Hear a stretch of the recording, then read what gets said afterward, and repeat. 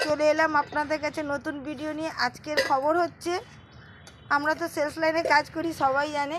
এই হচ্ছে মলিকে তো কুকুর কামড়ে দিয়েছে। আজকে ট্রিটমেন্ট নিয়েছে, হসপিটাল বন্ধ, আউটডোর, এই জন্য আর ইঞ্জেকশান হয়নি।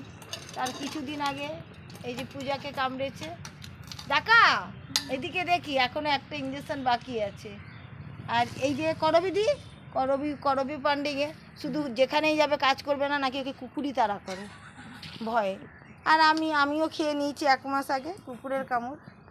তো এটা আমাদের কিছু মনে হয় না,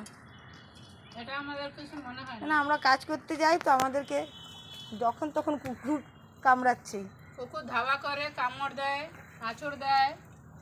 তবু এসে এখন খাওয়া শুরু হয়ে গেল। অর্ধেক খাবার তো শেষ হয়ে গেল।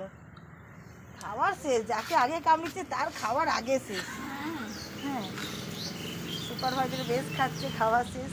হ্যাঁ, কী কী রান্না করছে বললে না তো? আজকে খেয়ে দিয়ে শেষ করে দিলে। মাছ ভাজা, আমি ডিমের ভাজা, ডিমের তরকারি, বেগুন ভাজা নিয়ে আসি। একজন বলো। আলু সেদ্ধ। আমি আজকে মাছের তরকারি করেছি, গেঁড়ির তরকারি করেছি, আর ঢেঁড়স ভাজা করেছি। পুষ্টিকর খাবার।